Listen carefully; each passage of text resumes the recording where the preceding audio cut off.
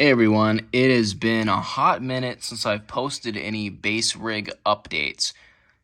Pretty soon it'll almost be a year since the last time I uploaded a video regarding my pedal board. So I figured I'd just upload something so you guys can kind of see what I'm working with, just for a good update. So as you can see, I'm using basically the same stuff I was using a year ago. It's that good. The MicroSynth and the tone hammer are just clutch, and then I've really been enjoying the Noble DI. You can see I've downsized to a much smaller platform, and that's kind of intentional, just with stage space, being able to fit things under my Moog synth bass, and just being able to be more lightweight when I'm moving stuff around. So if we just do a quick signal path, for those of you not familiar, we're going in the tuner, then into the bass MicroSynth, which is a classic, into the tone hammer, and then that goes into the Noble. I keep the Noble's EQ completely flat. I do most of my EQing with the tone hammer. The cases that I might switch it up is the bass knob on here controls 40 hertz, as the Noble curve kind of accentuates like 100 hertz. So depending on where low frequencies I need to boost, I might add a little bit of the Noble's bass, or add some of the Noble's treble, as I believe the tone hammer sits at about 6K and the Noble, kind of the curves around 4K. So a couple good options. And the other thing to note is I'm using the Noble as my power supply. This is just a Bed Bath & Beyond serving tray that I picked up for like $5.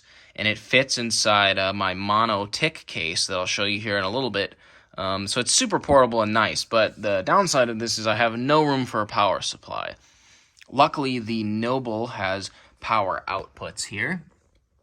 You can see for my power, and so I just use that.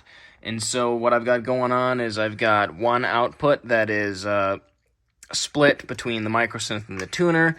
That's fine, because neither of those pedals are digital. They can share that power, no problem whatsoever there. Then the tone hammer is an 18-volt pedal, so I use this custom cable from the great people at Noble Amplification. They have a little converter that converts 9 volts up to 18 volts, and that just goes into the second input here.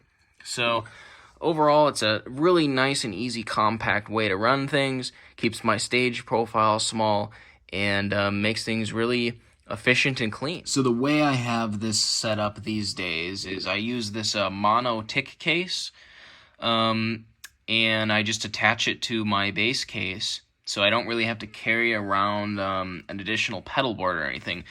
And inside of it, I just have my board, the cable for the Noble, and some extra patch cables and stuff. And so that just attaches right to my gig bag. The Noble goes inside the pouch on the gig bag, and I'm good to go with both hands free, or if I'm carrying synth bass or something like that, I have free hands and still a free hand for a coffee or something like that too. So works out really well for moving around a lot, having to carry other things, and just being able to travel lightweight. So I really enjoy using the mono tick for that. That is basically the rig rundown for 2022. If you got any questions, feel free to drop them down in the comments. Otherwise, we'll see you next time.